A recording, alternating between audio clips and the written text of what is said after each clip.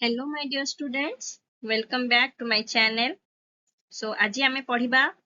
आलोक श्लेषण रो प्रकार विषय आज जानिबा। ई चित्रटी समस्ते देखिकी बुझी पारथुओ। आलोक श्लेषण को जदि आमे ओवरऑल बुझिबा, आलोक श्लेषण हो जे एक प्रक्रिया जे प्रक्रिया रे उद्भिद तार खाद्य प्रस्तुति करिथाय। ठीक अछि, जेउथिरे ताकू दरकार होई थाय कोन इठे देखि पारुथुओ सूर्यंक ठारू सूर्यालोक ହେଲା ବାୟୁମଣ୍ଡଳରୁ ଅଙ୍ଗାରକାମ୍ଳ ଗ୍ରହଣ କରିଥାଏ ଏବଂ ମାଟି ତଳୁ ସେ ଜଳ ଚେର ସାହାଯ୍ୟରେ ଜଳକୁ ଗ୍ରହଣ କରିଥାଏ ଏବଂ ଏ ଯୋଉ ସୂର୍ଯ୍ୟାଲୋକ ପଡୁଛି କେଉଁଠାରେ ପଡୁଛି ପତ୍ର ଉପରେ ତ ପତ୍ରରେ ଥାଏ ଆମର ହରିତ ଲବକ ଏବଂ କ୍ଲୋରୋଫିଲ୍ ଯାହାକି ଆଲୋକ ଶ୍ଳେଷଣ ପ୍ରକ୍ରିୟାରେ ସାହାଯ୍ୟ କରିଥାଏ। ଏତିକି ସବୁ ଜିନିଷକୁ ବ୍ୟବହାର କରି ଏହା ନିଜର ଖାଦ୍ୟ ପ୍ରସ୍ତୁତ କରିଥାଏ। ସେ ଖାଦ୍ୟଟି କଣ? ସେ ଖାଦ୍ୟଟି ହେଉଛି ଆମର ଗ୍ଲୁକୋଜ ଜାତୀୟ ଖାଦ୍ୟକୁ ପ୍ରସ୍ତୁତ କରିଥାଏ। ଠିକ ଅଛି, ତ ଆମେ ଯିବା ନେକ୍ସଟ। ଏଇଠି ଦେଖ ଆଲୋକ ଶ୍ଳେଷଣ ଆମେ ଅଲରେଡି ଆଗରୁ ବି ପଢି ସାରିଛନ୍ତି। ସେ ଏଇଟା ଗୋଟେ ଆଉଥରେ ଜଷ୍ଟ ପ୍ରିଭିୟସ୍ ନଲେଜ। ଏଠି 6CO2 plus 12H2O gives C6H12O6 plus 6H2O plus 6O2. Okay, तो एठी कोन होचे 6टी अंगारकाम्ल अणु 12टी जल अणु मिसी गोटिए ग्लुकोज अणु सृष्टि करूछि। ता सहित 6टी जल अणु एवं 6टी अम्लजान अणु मध्ये से सृष्टि करिथाय। एइटा हला हमर आलोक श्लेषण रो इक्वेशन। ठीक अछि, आलोक श्लेषण तो एइठी जो आलोक श्लेषण टी हबो हम मेनली किथा आलोक श्लेषण रा मुख्यतः हमकु कोन कोन दरकार होइथाय अंगारकाम्ल आ जल एई दुईटी मध्यरे रासायनिक प्रतिक्रिया घटिताय कहार उपस्थिति रे आलोक एवं क्लोरोफिल हैला एई दुईटा उपस्थिति रे अंगारकाम्ल एवं जल मध्यरे रासायनिक प्रतिक्रिया घटी ग्लुकोज श्वेतसार जातीय खाद्य यथा ग्लुकोज सृष्टि होइथाय जल एवं अम्लजान मध्य सृष्टि होइथाय। तो जो आलोक श्लेषण रे हमर दुईटी प्रक्रिया रे संपादन होइथाय। गोटे हला आलोक प्रक्रिया और द्वितीयटी हला अंधकार प्रक्रिया बा याको हम केल्विन साइकिल मध्य कुहा जाय। तो आमे एई आजिर सेशन रे केवल आमे आलोक प्रक्रिया विषय डिस्कशन करिबा। नेक्स्ट सेशन रे आमे अंधकार प्रक्रिया विषय डिस्कशन करिया। तो आलोक प्रक्रिया रे कोन होउची चलो आमे बुझिबा। ठीक अछि, तेबे आमे आलोक प्रक्रिया विषय आज डिस्कशन करिबा। तो आलोक प्रक्रिया विषय जानिबा पूर्वरु प्रथमे आमे किछि टर्म्स जानिबा। व्यवहृत होउची एठी हमर आधार संस्था। दुईटी शब्द हमर एठी आसी थाए आधार का कहबा संस्था का कोनोसी भी एक प्रक्रिया पाई हमर आधार दुईटी जिंस दरकार होई थाए। गोटे हला आधार आ गोटे संस्था। आधार कहले साधारणतः जेउठारे कार्यटी संपादन होई थाए ताको आमे आधार कहबा। तो आलोक श्लेषण साधारणतः हमर कोठी होई थाए आलोक श्लेषणटा हमर पत्र रे होई थाए। तो पत्र हेउची आधार। जेमति कि आमे रोसेई करथांती, रोसेईटा केउठी करथांती रोसेई करथांती आमे रोसेई घरे हो कि नहीं। रोसेई होई थाए हमर रोसेई घरे होई थाए। तो रोसेई घर हैला आधार एवं रोसेई घरे जहा जहा व्यवहृत होई थाए रोसेई करिबा पई माने हांडी डेक्ची कड़े एगुडा सब होची संस्था। ठीक सेही परी पत्र रे आलोक श्लेषण जे होई थाए केउठी होई थाए उद्भिद रे पत्र रे आलोक श्लेषण होई थाए। तो पत्र हैला उद्भिदर रोसेई घर। तो पत्र को कहबा आमे आधार एवं बाकी जहा जिनिस सब दरकार होई थाए आलोक श्लेषण पई तो सेईटा हैला हमर संस्था। ठीक अछि, तो बर्तमान देखिबा पत्र। पत्र रे थाए छोट छोट छोट छोट रंध्र हैला। तो सेई रंध्र को हमर कोन कहा जाय रंध्र को कहा जाय स्टोमाटा बा स्टोम। ओके, याकू जदि आमे यार अंतगठन पत्रर अंतगठन को देखिबा विचार करिबा ताले एटा होची पत्रर अंतगठन जोटा कि बाह्य आवरण को कहउचंती कहा जाउची क्यूटिकल। ओके, बाह्य आवरण हैला क्यूटिकल। तापरे अछि जेउ लेयर टी अछि अपर एपिडर्मिस। ओके, तापरे हैला पालिसेड पैरेन्काइमा और स्पंजी पैरेन्काइमा। तो दुई प्रकार टिश्यू साधारणतः एठी अछि। तो से टिश्यू मध्य रे टिश्यू रो जो कोष अछि कोष मध्य रे थाए हमर क्लोरोप्लास्ट हैला। तो आमे देखिबा नेक्स्ट चित्रटी रे एलाबोरेटली भलो से देइची बुझेइची आमे नेक्स्ट चित्र को जिबा एटा देखो हैला ए देखो पालिसेड आउ स्पंजी पैरेन्काइमा जो एटा टिश्यू गोटे टिश्यूटा केमति तयारी हेता टिश्यू हमर कोष को नै कि टिश्यू गठित होइता तो आमे नवम श्रेणी ऑलरेडी पढिचंती कोष रे क्लोरोप्लास्ट विभिन्न प्रकार कोष अंगिका थाए कि नै जेमति कि हमर रहिला वैक्यूल अछि न्यष्टि अछि वैक्यूल कहले हमर रसधानी न्यूक्लियस हला न्यष्टि सेल वॉल कहले हमर कोष भित्ति एवं कोष रस हला हमर साइटोप्लाज्म हला तो सेमिति क्लोरोप्लास्ट नामक एक कोष अंगिका मध्य उद्भिद कोष रे उपस्थिति थाए हैला तो एठी देखि पारथो ग्रीन कलर जोटा देखा होची सेटा होची हमर क्लोरोप्लास्ट तो क्लोरोप्लास्ट को हमें जदी एलाबोरेटली एनलार्ज करी कि देखिबा एटा हला क्लोरोप्लास्ट रो चित्र तो क्लोरोप्लास्ट एक्चुअली दुई स्तरीय विशिष्ट जहार कि एक बाह्य आवरण थाए आउटर मेम्ब्रेन एक अंत आवरण मध्ये थाए इनर मेम्ब्रेन आ ता मध्ये अछि कोन थाइलाकॉइड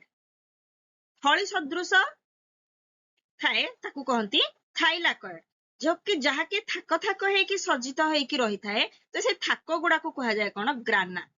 एवं से क्लोरोप्लास्ट भितरे एक प्रकार कोष रस रही थाए से रस को कहा जाय कोन स्ट्रोमा ओके अच्छा ए जो थाइलाकॉइड प्रति थाइलाकॉइड बा ग्राना हला ए माने परस्पर सहित संयुक्त होई थांती जोडा को हम कहा जाय लामेला ओके लंबालिया आकार रो थाइलाकॉइड से एवं थाइलाकॉइड भीतर को जदी हमें जीवा तार अंत गठन को जीवा थाइलाकॉइड मध्य रे किछ एक स्पेस रहिता ए मध्य दुई स्तरीय विशिष्ट मझिरे जो फांका स्थानटी रहिता भितरे स्थानटी ताकू कहा जाय कोन लुमेन हैला तो ए जो थाइलाकॉइड झिल्ली रे थाए क्लोरोफिल थाइलाकॉइड झिल्ली रे थाए क्लोरोफिल बा सबुज कणिका तो थाइलाकॉइड झिल्ली रे ही संपादन होई थाए हमर आलोक प्रक्रिया आमे जो जानिले हमर आलोक श्लेषण रे दुईटी प्रक्रिया रे संपादन होई थाए गोटे हैला आलोक प्रक्रिया आ गोटे हैला अंधकार प्रक्रिया तेबे आलोक प्रक्रियाटी संपादन होई थाए थाइलाकॉइड झिल्ली रे एवं अंधकार प्रक्रियाटी संपादन होई थाए स्ट्रोमा रे एटा मने रखि हैला अंधकार प्रक्रिया होता है स्ट्रोमा रे आलोक प्रक्रिया होता है थाइलाकॉइड झिल्ली रे तो ओवरऑल दीटा जाक जदी हमें देखिबा उभय संपादन होउची हमर क्लोरोप्लास्ट रे किंतु क्लोरोप्लास्ट रो थाइलाकॉइड रे होउची आलोक प्रक्रिया एवं स्ट्रोमा रे होउची अंधकार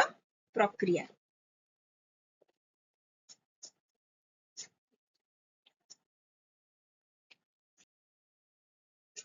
तेबे हमें जानिबा आलोक प्रक्रिया किपरि संपादित होइथाय आलोक प्रक्रिया हमर संपादित होइथाय थाइलाकॉइड झिल्ली रे क्लोरोप्लास्ट रे थिबा रस को हमें स्ट्रोमा बोली कहि थाउ एटा हला स्ट्रोमा एटा हला थाइलाकॉइड झिल्ली एवं जेहेतु थाइलाकॉइड टी दुई स्तरीय विशिष्ट दुई स्तर मध्य रे एथाय फांका स्थान जोटा को हमें लुमेन बोली कहि थांती लिखा है जे एटी थाइलाकॉइड लुमेन हला तो एठी कोन होई थाए दुईटी केंद्र थाए आलोक केंद्र गोटे हला फोटोसिस्टम 2 आ गोटे हला फोटोसिस्टम 1 फोटोसिस्टम 2 हला P680 फोटोसिस्टम 1 हला P700 तो एठी कोन होई थाए जते बेले आलोक रश्मि फोटोसिस्टम 2 आलोक केंद्र ऊपर पड़ी थाए सेठी एठी थिबा क्लोरोफिल अणु गुडी को आलोक शक्ति को ग्रहण करथांती आलोक शक्ति ग्रहण करिया फल रे कोन होई थाए ना क्लोरोफिल अणु गुडी को अधिक शक्ति संपन्न हो जाय थांती जहा फल रे क्लोरोफिल टी उद्दीपित हुए एवं ता ठारो एक अधिक शक्ति संपन्न अस्थिर इलेक्ट्रॉन बाहरी आसे हला तो से अस्थिर इलेक्ट्रॉन टी कोन होइता क्लोरोफिल टी वर्तमान जारित अवस्था को चली जाए एवं इलेक्ट्रॉन टी विभिन्न वाहक अणु माध्यम रे फोटोसिस्टम 1 पर्यंत पहुंचता है एगुडा को हला वाहक अणु प्लास्टोक्विनोन हला तापरे आसी थाए नेक्स्ट साइटोक्रोम वाहक अणु नेक्स्ट आसिला हमर नेक्स्ट वाहक अणु प्लास्टोसियानिन तापरे आसिला नेक्स्ट आसिला हमर फोटोसिस्टम 1 आलोक केंद्र को P700 ओके तो शेष रे से नेक्स्ट आसिला हमर फेरोडक्सिन ये मध्ये वाहक अणु तो नेक्स्ट पहुंची थाए हमर एक ग्राहक अणु पाखरे शेष रे पहुंची थाए ग्राहक अणु पाखरे से ग्राहक अणुटी होची हमर NADP+ जहा कि जारित अवस्था रे थाए तो ये हला यार फुल फॉर्म हमें जदी कहिबा फुल फॉर्म टी होची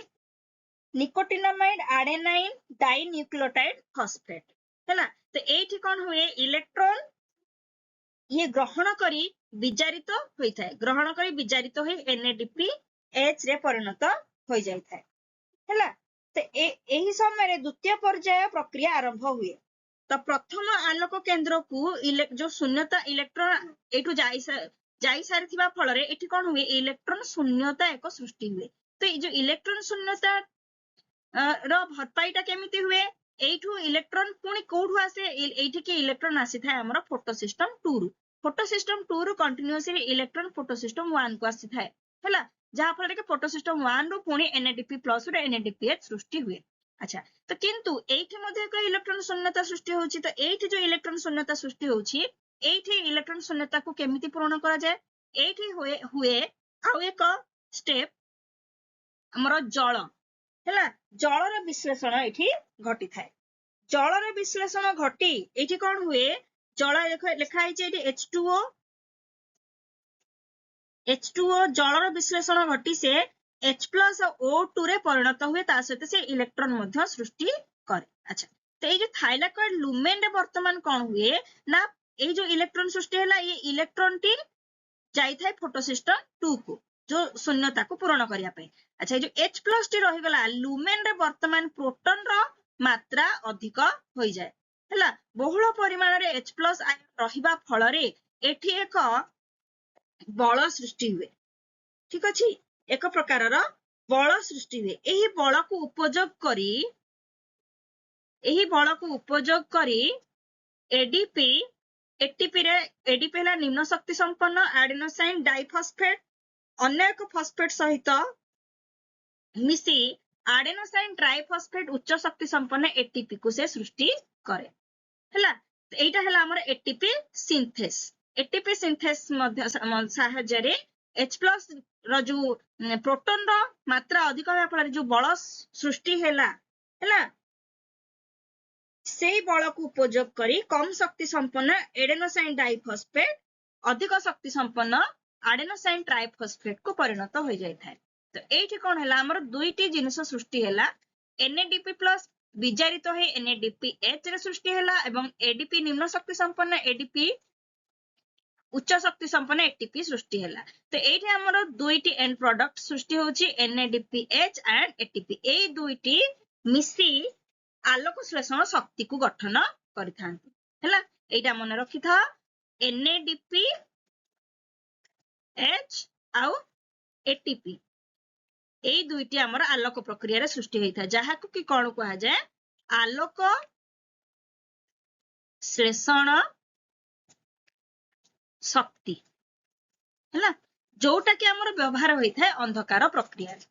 एई पर्यंत हला आलोक प्रक्रिया अच्छा यार ना कोन में आलोक प्रक्रिया है कहीं कि ना ए आलोक ऊपर निर्भरशील देखो ये आलोक ऊपर निर्भरशील आलोक पड़िया फल रे ही नेक्स्ट स्टेप्स गुडाक होउची सेथिबई याको